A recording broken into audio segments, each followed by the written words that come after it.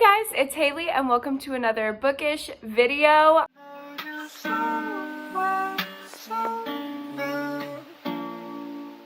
I just posted my TBR yesterday, and in that video I asked if you guys wanted me to vlog this book that I mentioned I was going to be reading this month with my friend Ashley, and it was a resounding yes. I got so many comments that I should film a vlog for this, and I had already started the book, so I was like, okay, should I give the people what they want or... And of course, y'all know I'm going to give you what you want. And this is an extreme horror book. Just know that before you go in. It is intended to shock, horrify, and offend you. So if this is not something that you think you can handle, please look up trigger warnings and just don't read it if the genre is not for you. So I'm already 25% of the way through. I will give you a little bit of a synopsis. I always like to go into extreme horror books semi-blind, so it's even more shocking.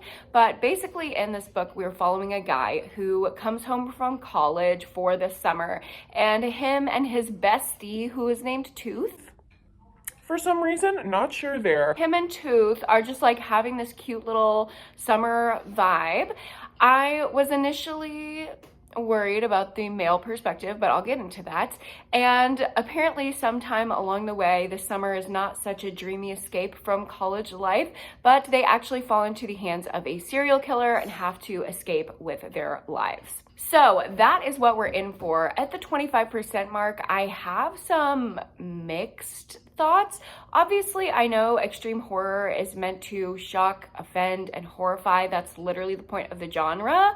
But sometimes I feel like a little bit of the offensive language that I've seen personally in extreme horror books is just a bit unnecessary. And you could make the argument that all the horror in this book, especially the gore and the torture that's to come, is gratuitous and unnecessary. So you can make the same argument for the offensive nature of these books.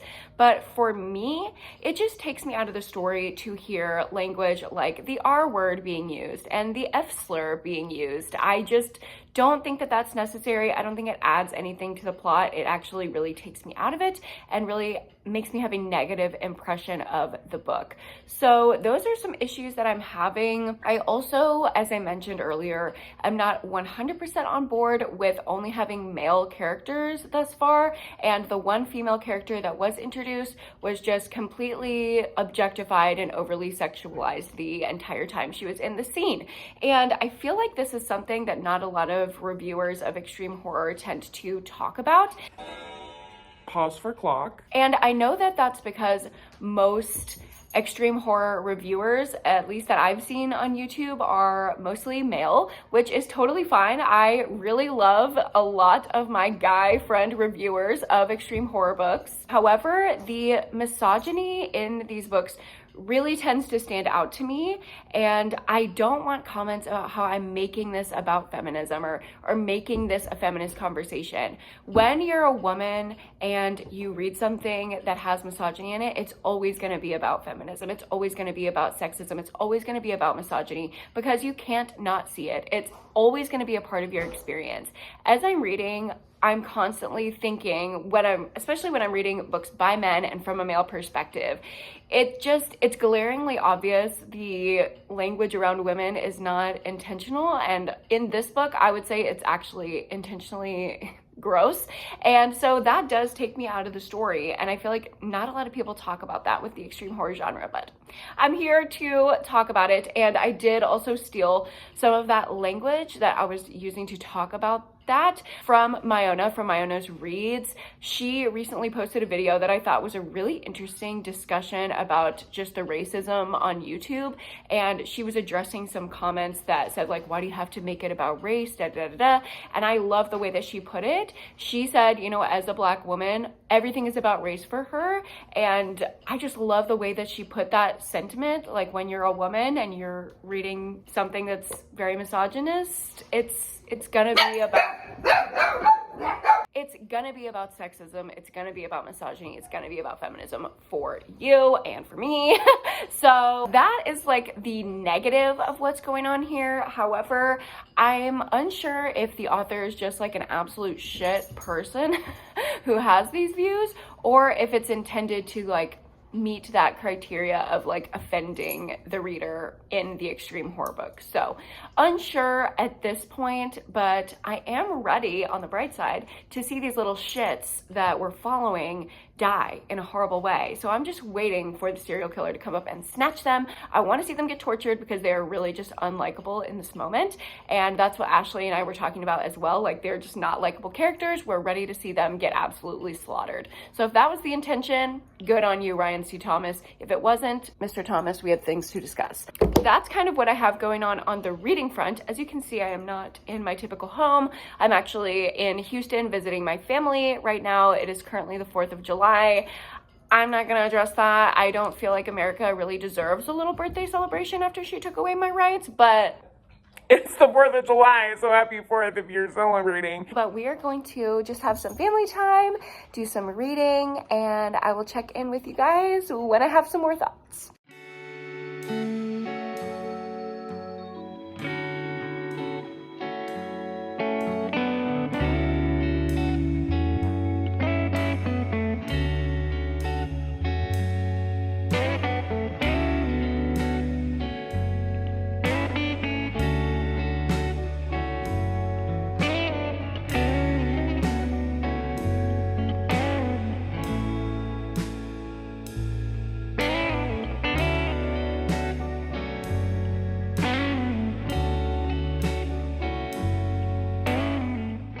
Vlog. It is much later after we ate and I was so full. I don't know if you saw the amount of food. Yeah, so I took a nap. But shortly after, I got to the halfway point in The Summer I Died. Also, sorry, I'm like hiding in the office because the boys are watching a cornhole tournament and they're like very into it.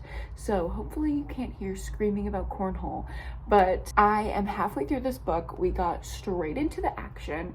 I would say like right after the 25% mark, the serial killer was encountered. You know, the real horror started to kick in, and it's crazy. It's not too crazy. It's not too gory. It's just like shocking, you know, torture is happening. I don't know. I'm just feeling like really disconnected from this book.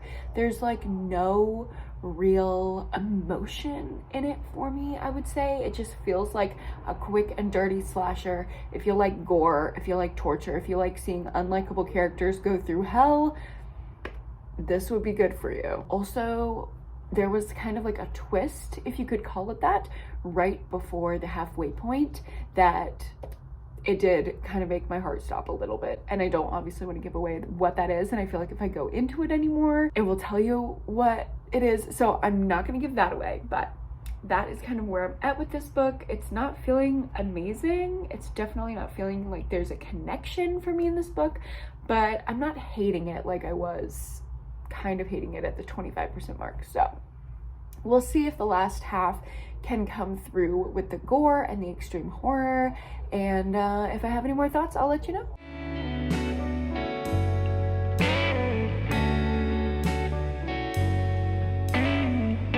Hello vlog, I've escaped to the study once again for another update. You can probably hear the boys screaming.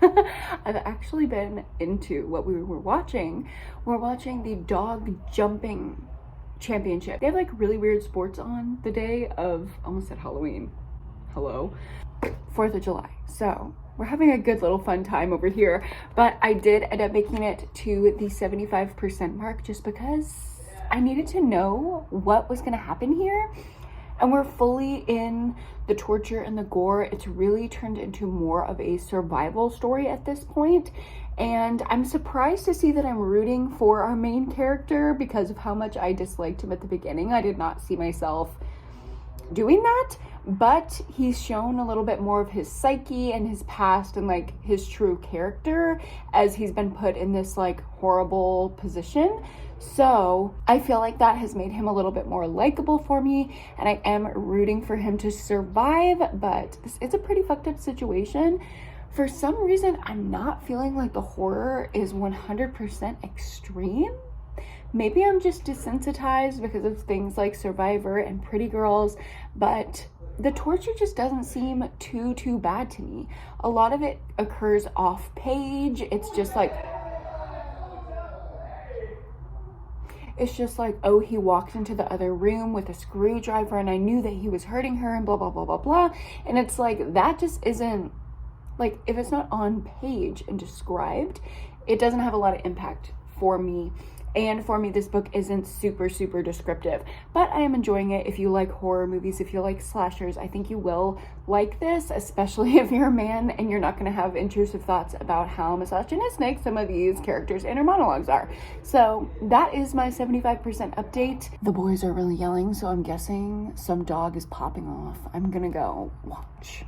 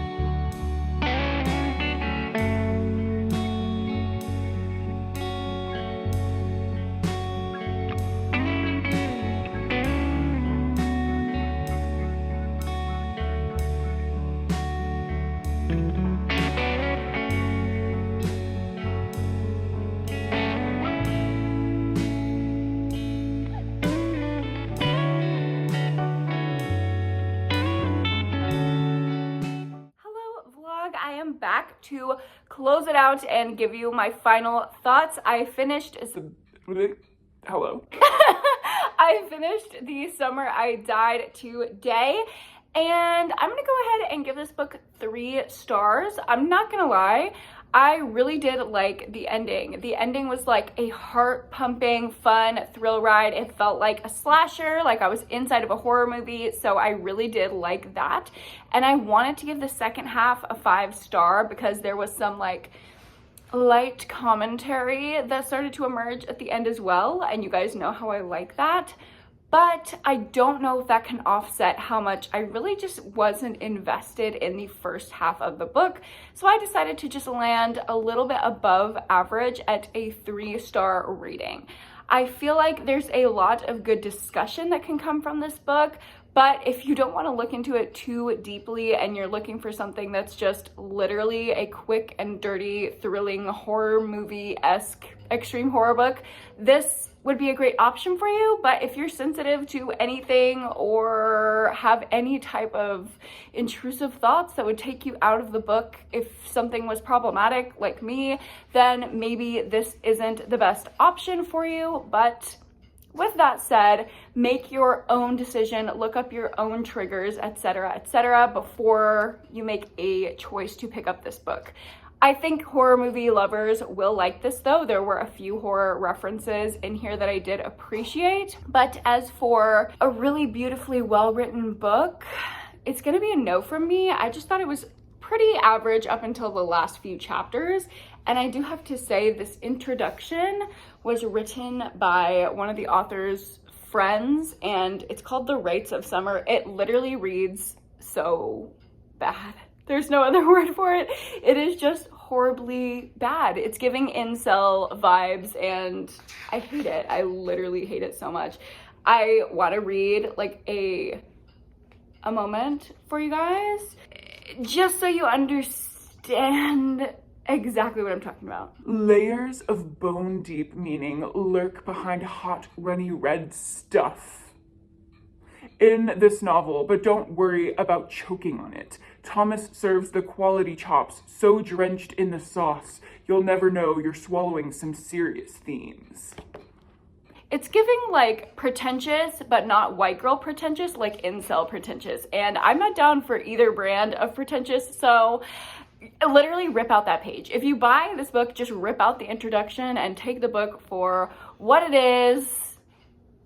I don't know. I have mixed feelings. I'd love to talk about it in the comments down below. If you guys have read it or if you have thoughts, let me know if you plan on picking this one up or not. And thank you so much for watching this video. If you liked it, go ahead and give it a like and subscribe to my channel if you haven't already. And don't forget to go to therapy and read a book this week. I'll see you in my next one.